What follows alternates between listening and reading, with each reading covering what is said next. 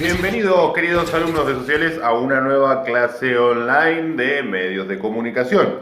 Esta oportunidad vamos a ver lo que se intitula el nuevo periodismo. El nuevo periodismo es una corriente dentro del periodismo que renueva la redacción periodística. Según la historia oficial, se ubica temporalmente entre finales de la década del 50 y los años 60.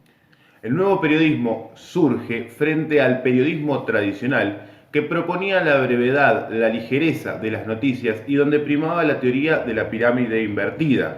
Es un periodismo tradicional que proponía una construcción de una agenda que sería de lo que es noticioso, de lo que se habla, una agenda rígida que determinaba tajantemente qué información se utilizaba y cuál no. Un periodismo tradicional que informaba, según sus críticos, de forma gris y monótona. El nuevo periodismo comenzó a contar historias también basadas en hechos reales, pero de forma más amena. Se empezaba a narrar con pasión. Incorporó el lenguaje literario. Comenzó a relatar historias más cercanas a los lectores y comienzan a ser noticiable hechos, personas o cosas que hasta el momento no eran consideradas como noticia. Cambia drásticamente los objetivos de la redacción periodística. Comienzan a entender muchas personas que la profesión debe estar al servicio de la sociedad y que debía decir la verdad sin pretextos. Se propuso desde el nuevo periodismo que las redacciones debían ser vívidas, debían ser profundas, debían ser honestas, también que debían estar de alguna forma comprometidas con las mismas causas que tenían los lectores. Y también se comenzó a cuestionar lo de la extensión de las noticias, lo de la extensión de los textos. Y se comenzó a proponer que sea tanto y tan largo o tan corto como la noticia lo amerite. El desafío de esta corriente fue y es y sigue siendo aplicar la creatividad en el relato, con pequeñas técnicas robadas o pedidas prestadas desde la literatura de ficción, pero manteniendo intacta la veracidad de los hechos. Hay un cambio estético profundo. Los textos comienzan a ser leídos y escritos como si fueran relatos, con las mismas exigencias de precisión, verificación, objetividad e investigación sobre la información que la actividad y la redacción periodística demanda. ¿Qué le comenzó a pedir prestado el periodismo a la literatura? Vamos a hacer un listado. La dimensión estética comenzó a incorporar diálogos de gran realismo, hasta el momento no tenidos en cuenta o dejados muy de lado para el momento de pequeñas entrevistas. Comenzó a utilizar descripciones significativas, coloridas, vívidas de personas, hechos, gestos, cosas, atmósferas, paisajes. Comenzó a utilizar caracterizaciones compuestas. Comenzó a utilizar el lenguaje urbano, incorporar términos de lo que se habla en la calle o como se habla en la calle a las redacciones, como por ejemplo en Argentina se comenzó a utilizar el lunfardo. Hay un cambio significativo en el estilo de narración, porque el nuevo periodismo permite un cambio drástico en el protagonismo del narrador, ya sé que se empieza a redactar en primera persona. Me acerqué, fui hasta tal lugar, lo vi de tal forma, sentí que se me venía encima, etc. Y por último, la incorporación de la lectura permite rescatar la identidad de los personajes involucrados. Antes era tal persona con tantos años de tal profesión. Ahora puede ser esta persona de ojos de esta forma, que se expresa de esta manera, que camina de esta otra forma. Todo este movimiento del nuevo periodismo permite que nazcan nuevos géneros dentro de las redacciones, entre otros, crónica, entrevista de corte croniquesca, el reportaje, el perfil del personaje, y por supuesto historias de vida, entre muchos otros. Con todo este menjunje de características nace el estilo no fiction o non-fiction, o como se diga. Esto permite que se abran las puertas para tres principales cambios de estilo más que nada.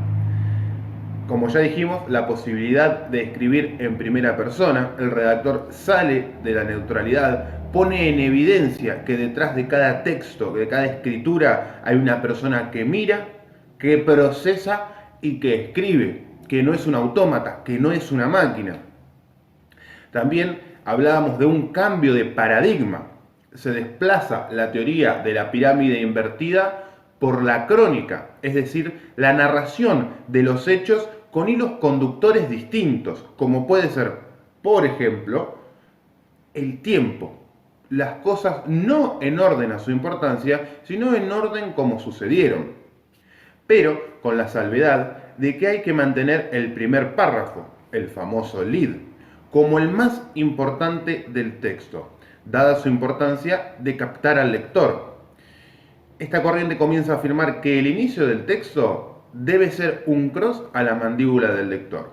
Y también una característica muy importante, que es que ya no es solo lo que sucedió y nada más. Poner solo lo importante, lo que sucedió, sino que este estilo abre las puertas para hablar cosas de la vida cotidiana, cosas de las que viven todas las personas, cosas que están atravesando el país, circunstancias que atraviesa la ciudad, el barrio, cosas del contexto mundial, empezar a incorporar cosas que están afectando y que tal vez antes en la noticia simplemente no entraban porque no tenía lógica.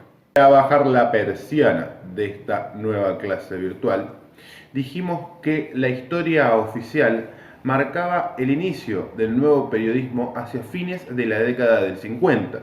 Sin duda, el hito mundial lo marca la publicación, lo marca cuando ve la luz el libro de Truman Capote intitulado A Sangre Fría, que fue editado en Estados Unidos en 1965. Se trata de una novela escrita en prosa nuevo periodicesca, pero del estilo non-fiction. El autor realizó una investigación periodística donde detalla cómo una familia yanqui es asesinada sin ningún sentido y cómo los asesinos son capturados y condenados a morir. Algunos años después, en este mismo estilo, se publicó Los Ejércitos de la Noche de Norman Mailer y comenzaron a aparecer personajes como Ernest Hemingway, Tom Wolfe y una gran marea de periodistas underground que de alguna forma se pueden conocer como los primeros blogueros que hicieron explotar el género. En consonancia, también sucedían cosas parecidas en nuestro país, en Argentina. En 1957, Rodolfo Walsh publica Operación Masacre. En esta obra, el autor expone una investigación que revela y a la vez denuncia una serie de asesinatos de prisioneros en manos de la famosa Revolución Libertadora. Y acá me permiten una salvedad, porque hay que separar la obra del artista. Si bien sabemos que Rodolfo Walsh perteneció a Montoneros y sobre él pesa o carga con mucha sangre en sus manos por haber cometido o sido la inteligencia de ciertas operaciones de asesinatos, y también de que se habrá vanagloriado de haber pagado prostitutas cubanas menores de edad, hay que separar la obra del artista. Lo que hizo el tipo profesionalmente, la verdad que en este caso, en este libro es destacable. Ajeno a esto será lo que haya hecho en su vida.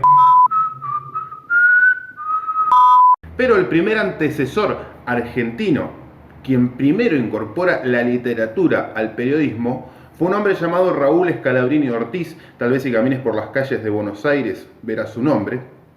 Y lo hizo a comienzos de la década del 30, cuando laburaba para el diario La Nación.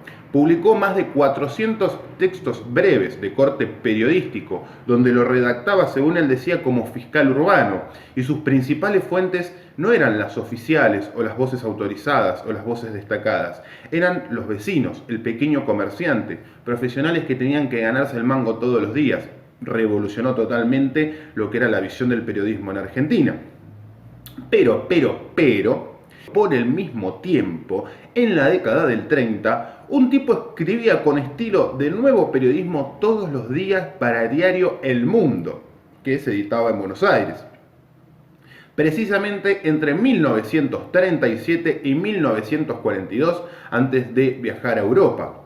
Y lo hacía bajo un género periodístico que el mismo tipo había inventado, que son las aguafuertes, y que después, de acuerdo a dónde las fue produciendo, fueron tomando otra dimensión, las aguafuertes porteñas, las aguafuertes madrileñas. Se trata ni más ni menos de Roberto Arlt, quien comenzó a contar historias de marginados de la sociedad, de ladrones, de prostitutas.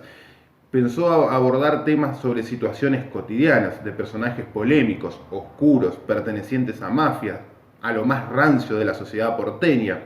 Se vanagloriaba de tener amistades con ellos. Y comenzó también a incorporarlo a este tipo de relatos, denuncias de problemáticas sociales, los estados de los hospitales, por ejemplo. Hasta acá una breve introducción a lo que son las corrientes del nuevo periodismo. Podemos ver algunas características, un poco de historia, qué tiene que ver la Argentina en todo esto. Espero que les sirva y bueno, dejen likes y comentarios acá abajo y todas esas cosas que dicen los youtubers. Bye.